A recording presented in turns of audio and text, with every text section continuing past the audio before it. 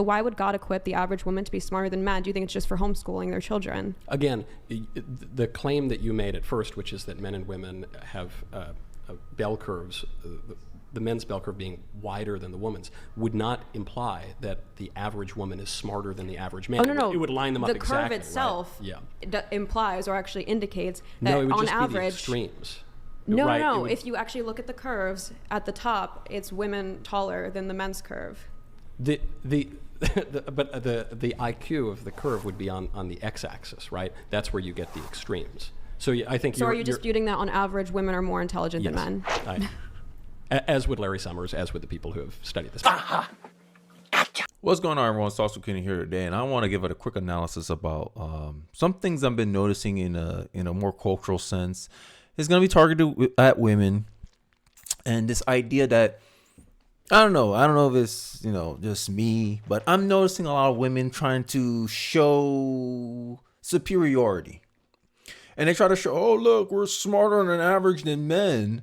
And that's the video you saw from the video.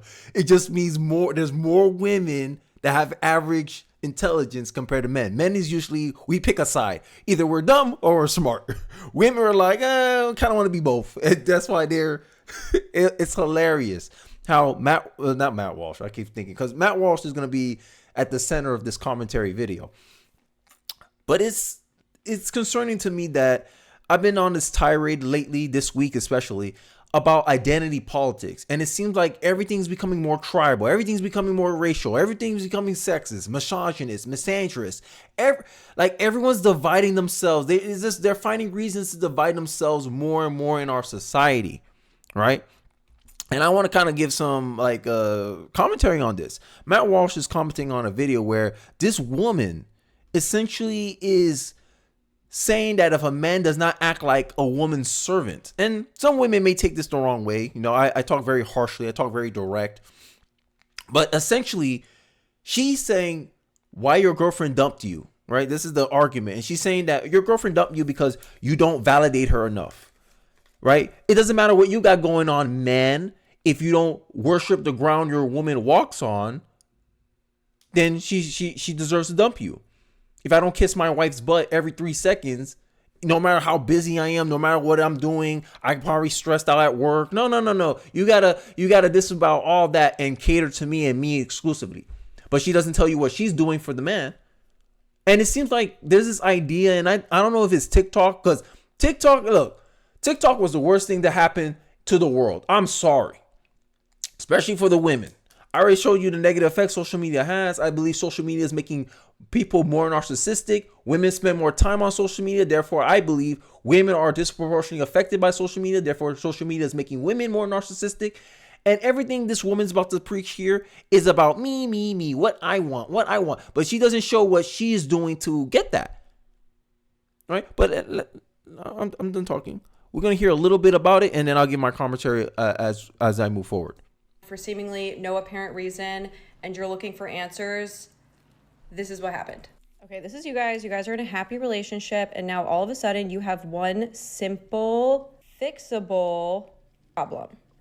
For this example, we're going to use no good morning text. And your girlfriend who loves you, she's really happy with you. She comes to you and she tells you, she's like, hey, do you think we could start doing good morning texts? Like, it'd mean a lot to me if you text me good morning. So you, her loving boyfriend, agree to give her good morning texts. But something happened, and for whatever reason, you stopped giving her good morning text. So now we have a bigger problem. So you see where it's going. Women always complain about, oh, men are controlling, men are trying to do this, men are trying to do that. But you're literally creating a compliance test. How much can he comply? Hey, I want you to peel this orange. I peel the orange. You come with some bigger thing, because it's never just the orange. It always escalates into something more. And this is me as a married man. I'm telling you, like, my wife will do something like this, but my wife will understand that, Kenny has other things he's doing. Kenny may not always be available to give me the orange. But the few times I tell you no, you want to make it an even bigger issue. This is the idea of what was the phrase saying? Women like to make a mountain out of a molehill. This is essentially what you're doing. This is very narcissistic thinking. I'm sorry. I can't look. Identity politics was the worst thing that ever happened to us. I honestly believe it, because all the women are going to side with this woman. Now, if it's a balanced perspective, like, hey, you should do your best to cater to each other, that's fine. But people need to understand that to be human is to be fallible, right? That mistakes is going to happen, right? But let's continue because I'm invested now. She now thinks that you don't care enough about her to send her good morning texts. So and the funny part is, it's not what he is doing, it's her perception of what he's doing. She's reading into it instead of just having a conversation. Hey, what happened at work, babe? Like, what happened? I thought you wanted to send me a good morning text.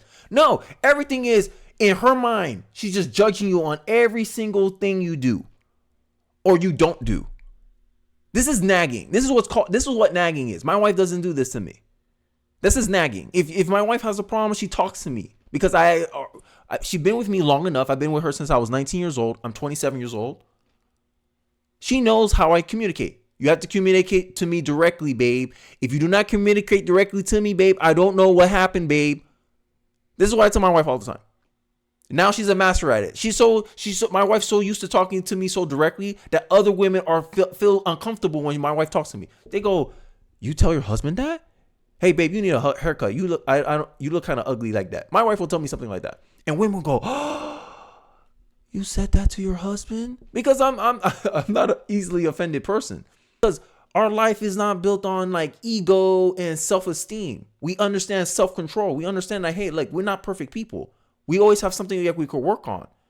And pointing it out doesn't mean I hate the person. Pointing it out means, hey, he wants me to be better. I want him to be better. The only way that's happening is through what? Honesty, being upfront. And it seemed like this woman doesn't know how to express herself directly. So she does it in passive ways, expecting the man to read her mind. This is the same problem. Since the end of time, men have been complaining about women's inability to directly communicate what they actually want. But I digress. Even though she asked. But she's going to be like, you know what? This is still kind of a small problem. I'm just going to remind him. She reminds you. You're like, oh my gosh, that's right. I did agree to that. Okay, I will text you good morning. Unfortunately, though, you didn't follow through again. Now we have confirmed that you do not care enough to text her good morning, even though this is a simple, fixable problem. It's not a simple problem.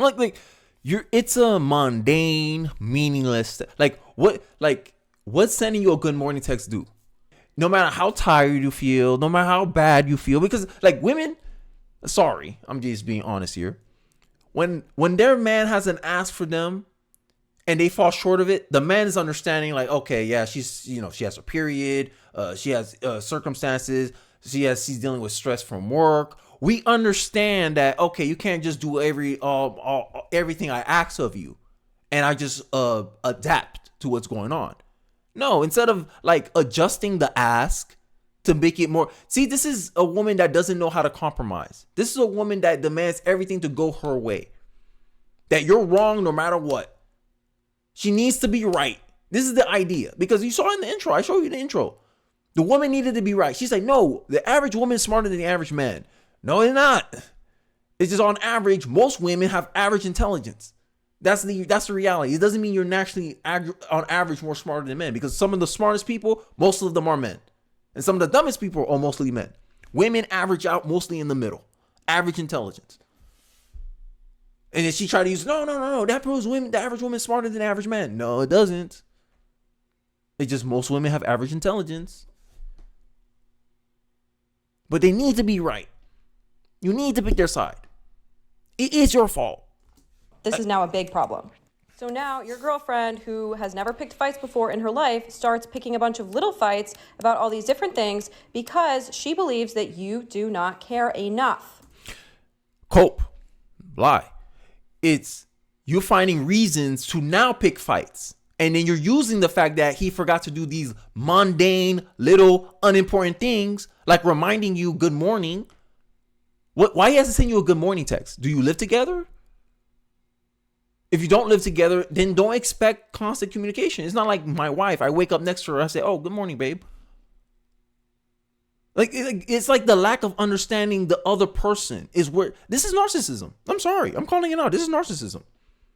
Now, the fact that he didn't do your simple compliance test, because that's what it really is. Let's keep it 100. Women, don't sit here try to sugarcoat it, plausible deniability. This is a compliance test. How much of a slave is this man? This is what it is. It's a compliance test. And because he's not doing everything you want at the time you said he'd do it is exactly the same way he wanted it to be done, all of a sudden he doesn't love you. Huh? Did you talk about it? No. Now I'm gonna use this as a justification to pick other fights. And then if he challenged me on all these new fights, it's because of this. It's because of this. It was a small, simple thing. You couldn't do a small, simple thing.